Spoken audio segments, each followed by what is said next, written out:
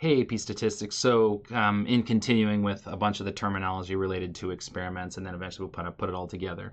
So in experimental design, good designs are essential for effective experiments, just as they are for sampling. To see why, let's start with an example of a bad experimental design. So, and just so if we just basically start out, if we have experimental units, so those are our individuals that we want to study, and one bad experimental design is like, let's just give them a treatment.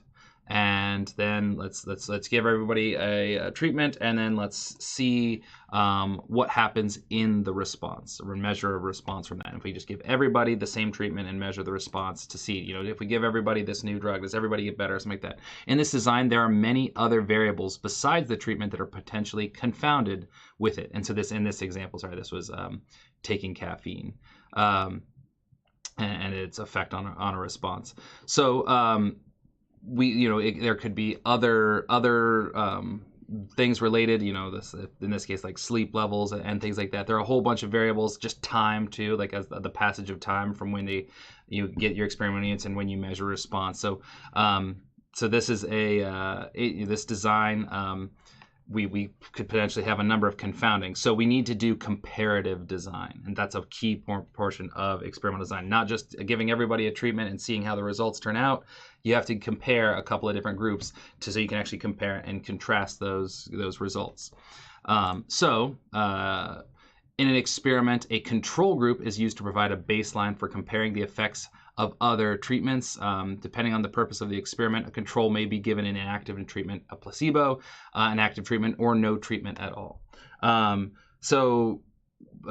People get confused with this. A lot of times it can just be like the no treatment, right, or a placebo.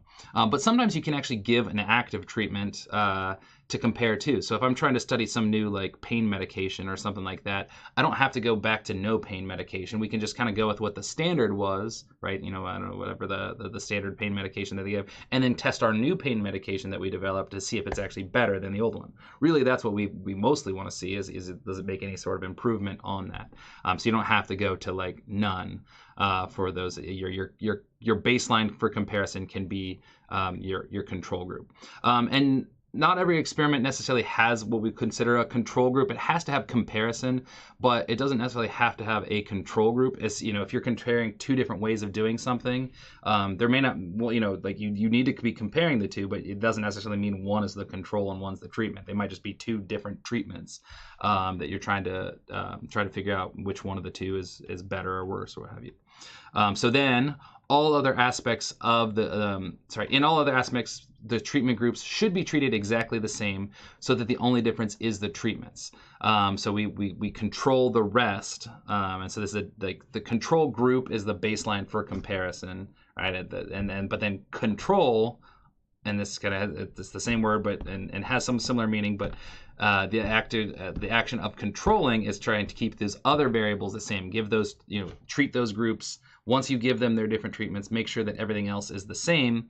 And so that way, if there is convincing evidence for a difference in this response, we can conclude that it was caused by the treatments and not some other variable. We can't give them different treatments and then treat them differently as well. If I'm going to give one group one supplement, another group another supplement, we should try and have them both exercise the same amount. We shouldn't give you a supplement and have you exercise and then give you a different supplement and have you not exercise, because then we won't know whether the difference was because of the supplement or because of the exercise. So we try and keep all other variables the same, except for the one thing that we're treating, so we can see if that is actually the cause-effect relationship.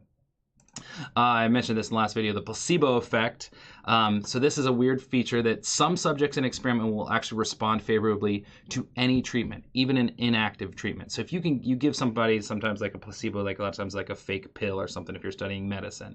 But it can be other things. It can be fake creams or fake other treatments where it's like you're being treated, but you're not actually. There's even like placebo surgeries where you kind of pretend like you did a surgery, but you don't, like, they have to be non-cut surgeries because you don't just cut people for no reason, but like a non-invasive something like that. You can do some very basic stuff with that. So what we see is that actually sometimes people actually get better, right? They take a placebo, and it's not like they just are pretending or they're lying. Like, we actually see their brain activity like changes when they get that pill. So there's like, I don't know, endorphins or whatever. There's, their brain actually changes their physiology, their physical feeling, and they get better. So we realize that effect exists, and so when we try out a new drug, we don't want to just see, is this the placebo effect that they're actually getting better, or are they actually doing better? And so we compare it to just a placebo, a dummy treatment.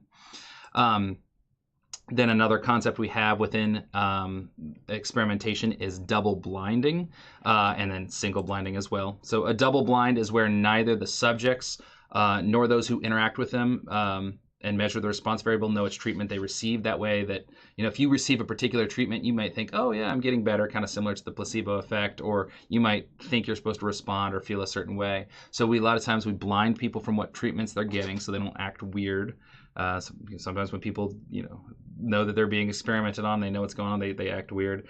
And then we also will, if say like a doctor needs to record the response variable, we'll also maybe have that individual not know what it is when they're assessing the person for symptoms and things like that, because we don't want them to impose any knowledge of, based on knowing that they had this. We don't want them to kind of ask any leading questions or make any assumptions. So that is double blind. A single blind, basically just it goes one way, where either just the subjects or just those recording don't know, not both. But in some cases it's necessary, in some cases not so much. It kind of depends.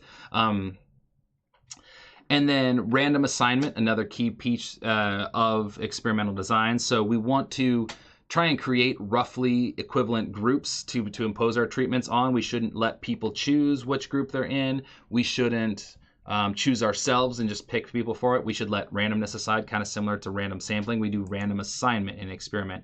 And the whole point of that is to make sure that, to make it so that we have roughly equal groups, because maybe there are other variables related to how they'll react to that treatment, right? So we control for the variables we can control. The variables we can't control for, we randomize into treatments and at least hope that whatever those variables are that might affect the response, at least they're getting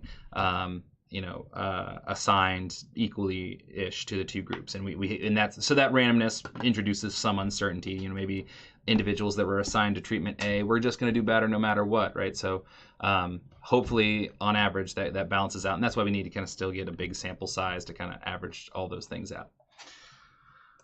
All right, so here's an example of some randomization. A total of 20 students have agreed to participate in an experiment comparing the effects of caffeinated cola and caffeine-free cola on pulse rates. Describe how you would randomly assign 10 students to each of the two treatments. There's different ways we can randomize. So one is a pretty easy way to describe actually sometimes as using slips of paper. Basically, we want 10 to get regular cola, 10 to get caffeine-free.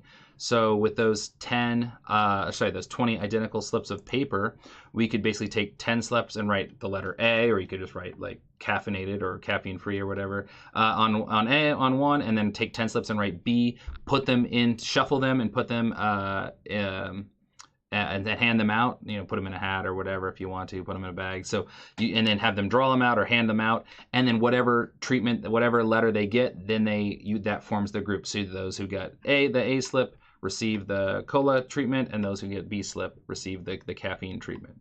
And so you need to go through that. You need to be able to describe that process. There's a number of AP test questions where you need to describe an experimental design, and so you should be able to go through a process similar to this. Talk about how you would label the slips, mix them up, make sure you don't forget to mention that, hand them out, and then you're not done, right? You have to say how you would then say, okay, all the A's get this treatment, all the B's get this treatment, and if there's C's and D's and so on, you can continue on down the line. All right, so another way you can do this is with technology. So it's kind of similar to a simple random sample. Give everybody a number, and then generate 10 unique numbers between 1 and 20 in this case. And then the students with those labels get the first treatment. The students that are left over get the second treatment, and that should get a random group of individuals. And that's very similar to what we could do with the table of random digits, where we again label everybody, label each individual from 1 to 20, and then select 10 unique numbers. We'd have to go 2 digits at a time, ignoring repeats, ignoring numbers outside our range, until we've identified 10 unique individuals. Those individuals, select them to be part of treatment A, which is the caffeinated cola, and then the rest get assigned to treatment B.